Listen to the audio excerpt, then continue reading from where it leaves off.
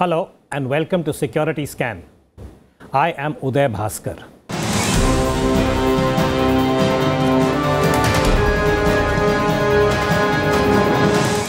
The focus this week is on the police as an institution in India and the challenge of police reforms. It merits recall that a democracy is premised on the sanctity of law, and this legislation is derived from the Constitution. In the Indian case, a nascent democratic republic adopted one of the most comprehensive and visionary constitutions in the world in January 1950. The legislation that flowed from this constitution was indeed democratic, equitable, and inclusive. But the institution that was to enforce the law continues to be based on a Colonial Police Act of 1861. Furthermore, the police is an exclusive state subject, and the central government has its limitations in this domain. For the citizen, the police as an institution does not inspire the confidence it should, and there have been many institutional deviations, the lowering of professional qualities and the personal integrity being the more visible. In the extreme, the guardian has often turned predator, and in a severe indictment, the National Human Rights Commission noted in October this year that there were 206 cases of encounter killings in the last 12 months. Police reforms, paradoxically, were first mooted in 1902 when a colonial administration was concerned about the same issues, corruption and poor professionalism. More recently, in 1996, one of India's most respected police officers, Mr. Prakash Singh, filed a PIL in the Supreme Court for speedy police reforms. And this issue received the highest judicial endorsement in September 2006. Yet, 10 years later, the progress in this regard has been modest. And to discuss this issue and where we are and what is the way ahead, we have with us, as it happens, Mr. Prakash Singh himself, the former DG, UP Police and a former DG of the BSF, Ms. Maja Daruwala, who is the board member of the Commonwealth Human Rights Initiative, and Mr. Praveen, Swami, national editor of the Indian Express, all of them domain experts in their own way. Let me turn to you first, Mr. Prakash Singh. You were the prime mover in 1996 when you filed this particular case. Where is police reforms now? What is the index of individual states? At present, you can say there is some kind of a stalemate, because for the last 1 year there has been no forward movement. Judiciary, which really gave push to the police reforms issue, the case has not been listed in the Supreme Court for the last 1 year. So I say there is some kind of a stalemate, and the state governments and the central government have never been very enthusiastic about police reforms. I mean, if I were to summarize the position of police reforms as it stands today, you see, as you rightly pointed out, in 2006 the Supreme Court gave a set of 7 directions. Now 17 states, what they have done, they have passed legislation.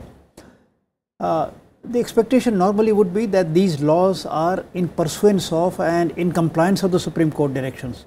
But actually, if you go into the nitty-gritty and if you go into the minute details, you find that these laws were passed to circumvent the implementation of Supreme Court directions.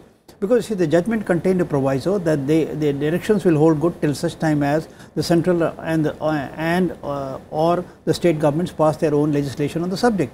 Now, instead of taking it in the right spirit, they took it as an escape clause. So, would it be fair to say the reluctance on the part of the political class in the assembly? Yes, reluctance on the part of the political class, reluctance on the part of the bureaucracy, and non-enthusiasm on the part of police leadership to push the matter forward.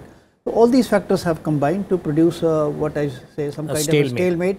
And as I said, to summarize, 17 states have passed laws, but they don't take the process forward. So the spirit is not being respected. Yes, the spirit is not being respected, and the remaining states, they have passed executive orders which dilute, amend or modify the Supreme Court directions. I'm going to ask you for the silver lining in this very bleak thing that you have painted. Is there even one state that has shown some enthusiasm? I'll come back to that later, but is there even one state? Yes, there is a silver lining in the sense that I will say there is a broader political awareness about the need for police reforms.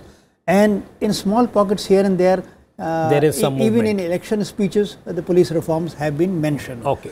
And the second thing is that in some states, I would say Telangana, Kerala, these states have tried to take the process forward. And in Telangana, I was surprised to find the officers generally are very happy at the stable tenure they are having. I'm going to come back to you about UP because you had a long innings. But Ms. Daruwala, if I can bring you in here, you've been dealing with human rights issues for a long time. As a citizen, why police reforms? Could you help the viewers to understand that? I think it's almost, I suppose I'm so imbued in it that I find it even difficult to answer because it's so obvious to me. But you know, we have a constitution that is based singularly on fundamental rights. But if you can't get a remedy for the rights, and if the place that you have to go to, the first responder when you are in difficulties, is when you have to go to the police, and the police themselves are unresponsive or incapable or incapacitated or too few in number, then it is impossible to get the remedy, so you're making a nonsense out of the rule of law. In areas of conflict, for instance, the police have repeatedly been studied and repeatedly seen to be part of the process that creates the conflict because they are so unjust and so partial in the way that they treat the population.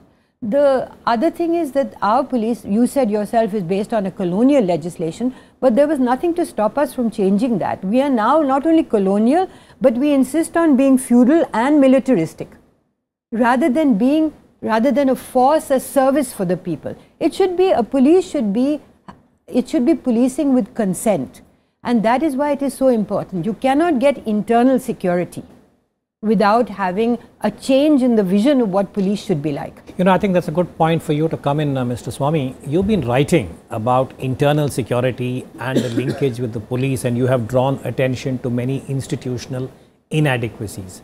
So what is your assessment about this linkage, about why police reforms and what kind of an impact will it have on the internal security challenge?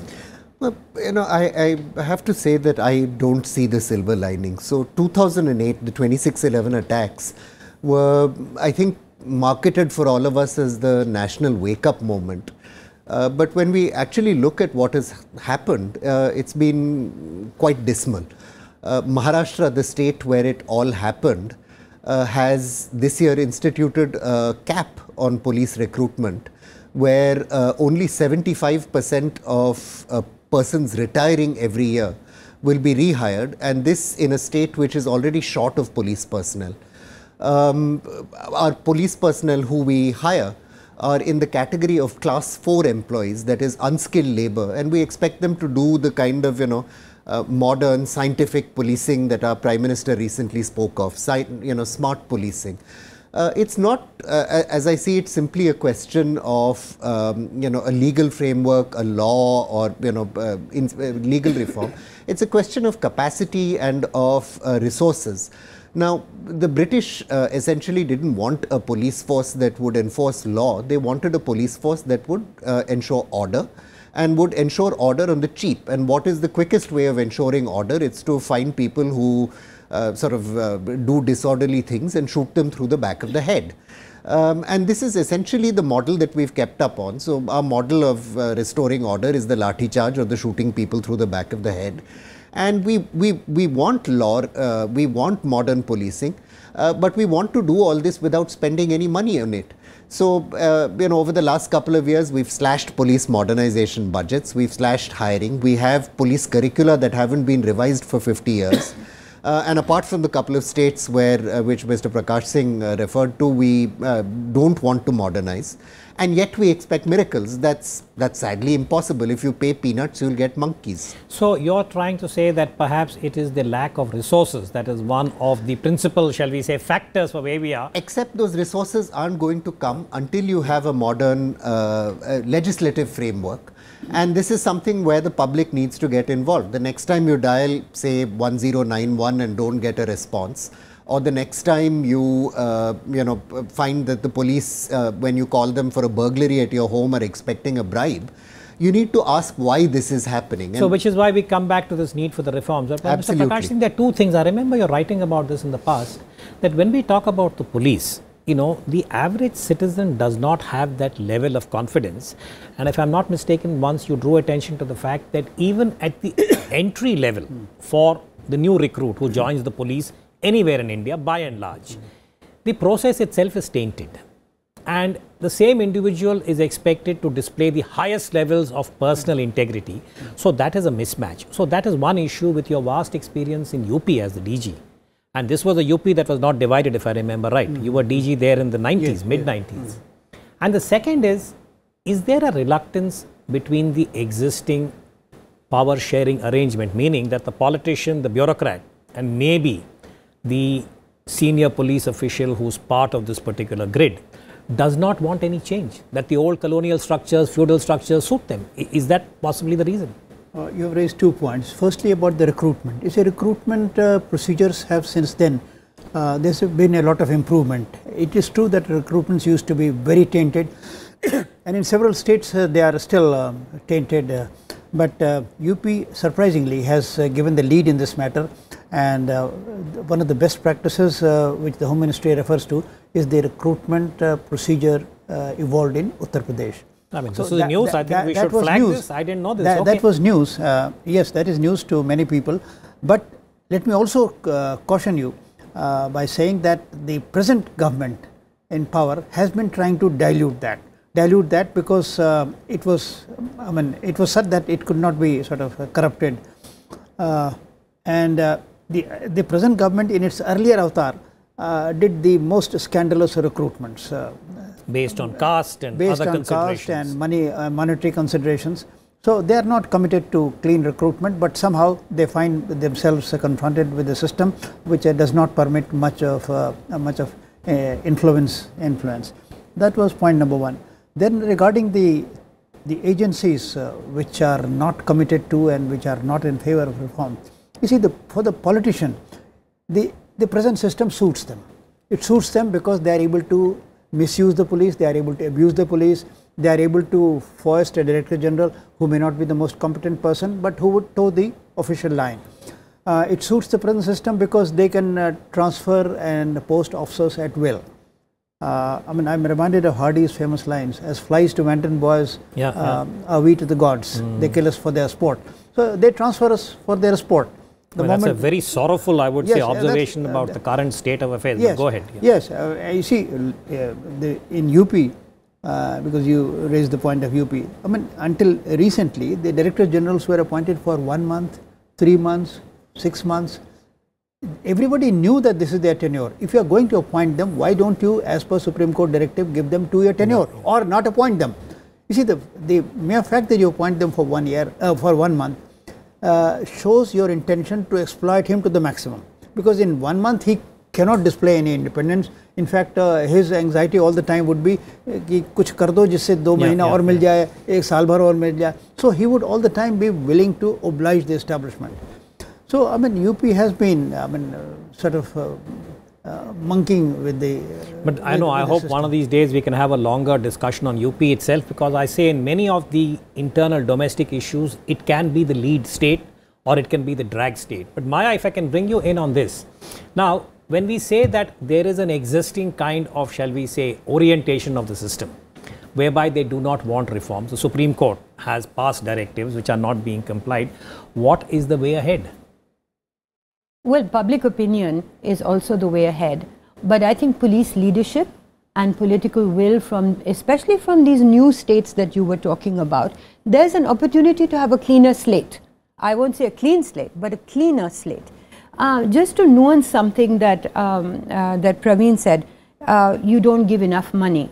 It's not only the money, but it's also the structure. It was okay in the olden days where you recruited people. I'm being radical here, but I think it's important to state that there is no longer any compulsion that you should have everybody recruited at different levels. Now a constable in Karnataka, for instance, comes in with sometimes an MA, an MSc, a PhD. Why are you wasting these people by treating them in this mechanized and military fashion? The other thing I just wanted to say is it's not enough to just throw money at the issue.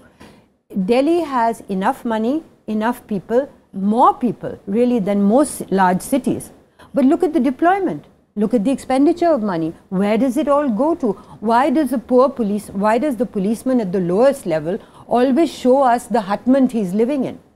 Again, there are cultures within the police. Why does a policeman have to live in police lines? We always say security and then the matter is closed. But in other jurisdictions, a policeman lives in his own community so that he is vested in that community, won't let crime happen in that community, will be available to the community. His children go to the same school in that community. Here we are doing the colonial feudal thing of isolating them and saying these are the chaps who we're going to sook upon you when you try to do anything that we don't like. You know, I think Delhi, of course, is a very distinctive case because of the command and control. But I do want to say, having done a survey on the internal security grid, that there are some states where there are some very positive features, and the smaller states, by and large, I think, are trying very hard, as I said, without getting into the individual names. But Praveen, I want to get you into a larger issue. You remember the Vora Committee report, which is almost 20 years plus, where we saw this particular linkage that Mr. Prakash Singh has been talking about, the criminality in politics and the politicization of crime. And I think that report, by and large, was referring to these two issues. Now, this is reasonably well known. You know, you are a respected editor. Now, when so much is already there in the public domain, is there any, shall we say, hope now that we have a strong government with a certain majority in the lower house? Can the centre encourage certain changes in the entire ecosystem that will play out into police reforms, or is it a, you know, you are not very optimistic at the outset? So, well, it can, but let me be candid about this and say it's not going to happen. You just have to look at how many members of parliament are facing criminal prosecutions and ask whether these very members of parliament who are facing criminal cases are going to in fact encourage the police, encourage an autonomous police, which is going to then rigorously and independently prosecute those cases, and the odds are low. But let me also say that, you know, we say that this is a problem of politicians, it's a problem of bureaucrats. I hazard that it's also a problem of society.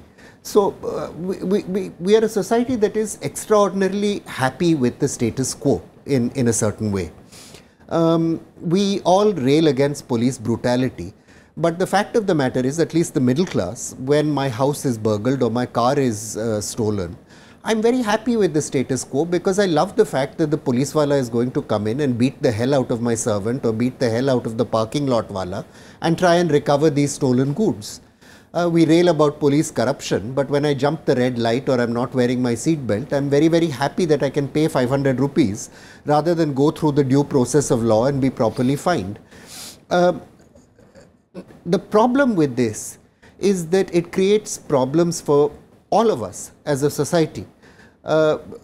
In a society with as large a youth population as we have, with the strains that we are facing, we can't go on like this. We've already seen large-scale disruptions of our civic fabric. Mr. Prakash Singh's recent report on the disturbances in Haryana was terrifying because we saw a police force collapse in the face of a large-scale civic disturbance, possibly, arguably for the first time in this country. An entire police force just simply collapsed. And if this is going to be our future, we simply cannot abide as a republic if this is going to be our future. We've already seen massive violence on women in virtually all our cities as more and more women enter the workforce. The costs of this kind of inability to enforce the law are reaching a point where our society cannot afford them. So either we invest in a modern police or we forget about being a modern country. Or a republic. But I think now that you mentioned the Haryana issue, Mr. Prakash Singh, you know, could I request you perhaps, because that was really, I think, a very, very glaring example of where the state can go. More than the fact that they were not able to handle the situation, I thought that one of the issues that you raised was the polarization that had already taken place on sectarian lines. Yes. Now, where are we going with this kind of an attitude by the quote-unquote political cum bureaucratic class? Mr. Uday, one of the questions which you raised at the beginning, why police reforms? And Haryana is an example, why police reforms? I have always been saying, if you analyze my writings for years, I've been saying that the economic superstructure which we are trying to raise, it is on foundations of sand. Foundations of sand because you need good law and order for a stable and strong economic superstructure. And look what happened in Haryana. You didn't have a professional police. The professional police, whatever police you had, failed to rise to the occasion in the face of reservation agitation. It not only failed to rise, it just collapsed. They deserted their posts. Some police stations were locked. Some people just sat on the rooftops while the police station was being ransacked. It was a collapse of the police structure. And what happened in the process? Thousands and thousands of crores worth of property was reduced to ashes. Now, if what was achieved in, say, about 10 years is reduced to ashes in a matter of 3 or 4 days, then why are we investing on economic reforms? It is the writing on the wall. It's a writing on the wall. But what happened to your report? A report, well, to start with, the Chief Minister was enthusiastic about it. The bureaucracy responded to it. The Additional Chief Secretary Home was removed. The Director General Police was removed. But after that, political pressure started building up, and against senior officer, there has been no action really. But at the lower police formation, several SHOs have been suspended, and some have received notices. And to IAS officers and IPS officers, I believe some naam ke waste notices have gone. So just enough to sort of, shall we say, yes, escape any censure, but not enough to make the difference. Escape any censure, not from the public, mind you. But from within somehow what happened, the High Court has suo motu taken cognizance of my report, and they are asking, the High Court is asking for an action taken report from the state government. So that has cornered the state government, and they are trying to show that yes, we are trying to take some action. Ms. Daruwala, one of the points that Praveen referred to was this whole question of gender. And again, all the statistics that I have seen are deplorable. And we talk about conviction rates in India, which are below the median. And even within that, where there is a gender issue or a case of gender harassment or sexual violence, it is even more abysmally low. So on gender, do you think there is a need for a special focus, or do we expect that all boats will rise together? How do you look at gender and police? The interesting thing is that I don't think that the police or the political establishment or anybody is really looking at gender seriously. Naam ke vaste, because the women's movement in India is quite strong, they have to. But if you look at the numbers of women in police, they average around, if you take the national average, around 6%. It might grow. Every now and then you have a GO from the government that says, why don't you bring it up to 30%? But then you actually look at what you would have to do to bring it up to 30%, it'll take you 10, 15, 20 years. So which means that this is again part of this very long challenge. That's to bring women into the police. But what happens to the woman who goes to the police? That in difficulties. Yeah. If there were a proper study done, and that's data also is a big problem, the fudging of data, it looks not like getting it we trained. need a large cultural kind of reorientation about the whole issue, women. But you need a reconstitution of the police and a large public debate across the country about what kind of police we have and what kind of police we want. We'll have to have another discussion on this clearly, because India has a formidable challenge by way of policing. In the first case, it's a very large country with 1 billion plus citizens. But as our discussion has highlighted, the texture of an equitable and just democratic order that is also gender sensitive and empathetic will be predicated on the quality and quantity of its police personnel, from the poorly paid and equipped beat constable to the top of the pyramid. Excessive and partisan political interference has eroded the credibility of the institution. The police reforms campaign, spearheaded by people like Mr. Prakash Singh, is one example where an alert and deeply concerned civil society is trying to introduce the necessary correctives, but in vain. If the quality of the police is one challenge, so is quantity. Parliament was informed recently that against a sanctioned strength of 181 police personnel per 1 lakh population, India currently has only 136 police personnel. This has to be redressed, which means more funds. In the current dispensation, some citizens are more equal than the others. This is reflected in the focus on VIP security. And where the state cannot provide the sense of security that the citizen seeks and expects, the market steps in, and hence the mushrooming of private security guards all over India. This complex and imbalanced ecosystem is not conducive to the functioning of an equitable law and order infrastructure that must underpin a robust democracy, and hence the need to maintain the focus on the imperative of police reforms. As in most issues pertaining to national security, it is a long haul, but the effort must continue. It is encouraging that Prime Minister Modi has prioritized this issue, and his annual meetings with the Director Generals of Police is case in point. Perseverance by every pillar of the democratic edifice is the key to realizing the desired level of policing and internal security in India. On that note, allow me to thank my guests, Mr. Prakash Singh, Ms. Maja Daruwala, and Mr. Praveen Swami. And thank you for watching Security Scan. Goodbye.